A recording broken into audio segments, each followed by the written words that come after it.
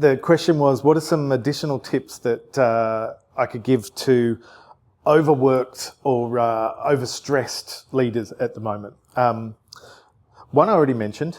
So I'll come up with a couple, but one I already mentioned was that creating some hour meetings for yourself in your calendar so that you can actually get tasks done rather than having to repeat with constant interruptions. So one, being kind to yourself and making sure that you're creating some hour meetings to get things done. The second thing I've noticed with a lot of leaders is that they don't have all of their tasks or all of their to-do in the one place. It might be on a written list that they've got down, some post-it notes here, there and everywhere, a checklist or a Slack meeting that has got some tasks, their email's got the same thing, and all of their tasks are everywhere. So one suggestion to take some control back would be to grab all of those things and put them in the one place. Whether it's an electronic diary, whether it's a hard copy diary, whatever, it doesn't really matter, so long as it's actually in the one place and you can take it with you wherever you happen to be working.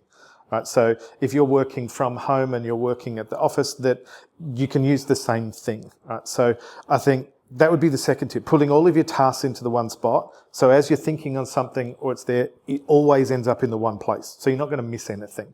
I think part of the stress or feeling overworked is having to be thinking of 5 different places, or worse, just having every task in your head. All right, so that'd be second tip.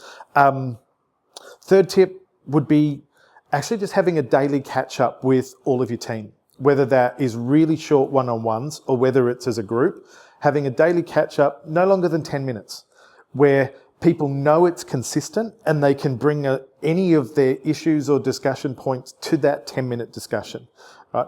The purpose of this is when it's consistent, it's regular, people just know they can have access to you and ask for responses to questions, get signatures, answers at a consistent time each day, rather than having to constantly interrupt and harass you throughout the day for small little things. They might just carry it over and do it in one hit, right? Which gives you some more clear airtime. And the last one would probably be coming back to how you're managing tasks again. One thing I've certainly noticed with the difference between leaders that are managing things really well and not is how they go about managing those tasks. Whether A, they've got them all listed in the one spot, but 2, the really good managers of this have prioritised what they need to do, whether you think of this as priority 1, 2, 3, small, medium, large. I think of it as rocks, pebbles, sand, like a Stephen Covey type of idea, but also being able to add how long you think the task is going to take. This is something I see many to-do lists just missing, and leaders, particularly those that like to get lots of things done, seems to match up with being chronic underestimators of time.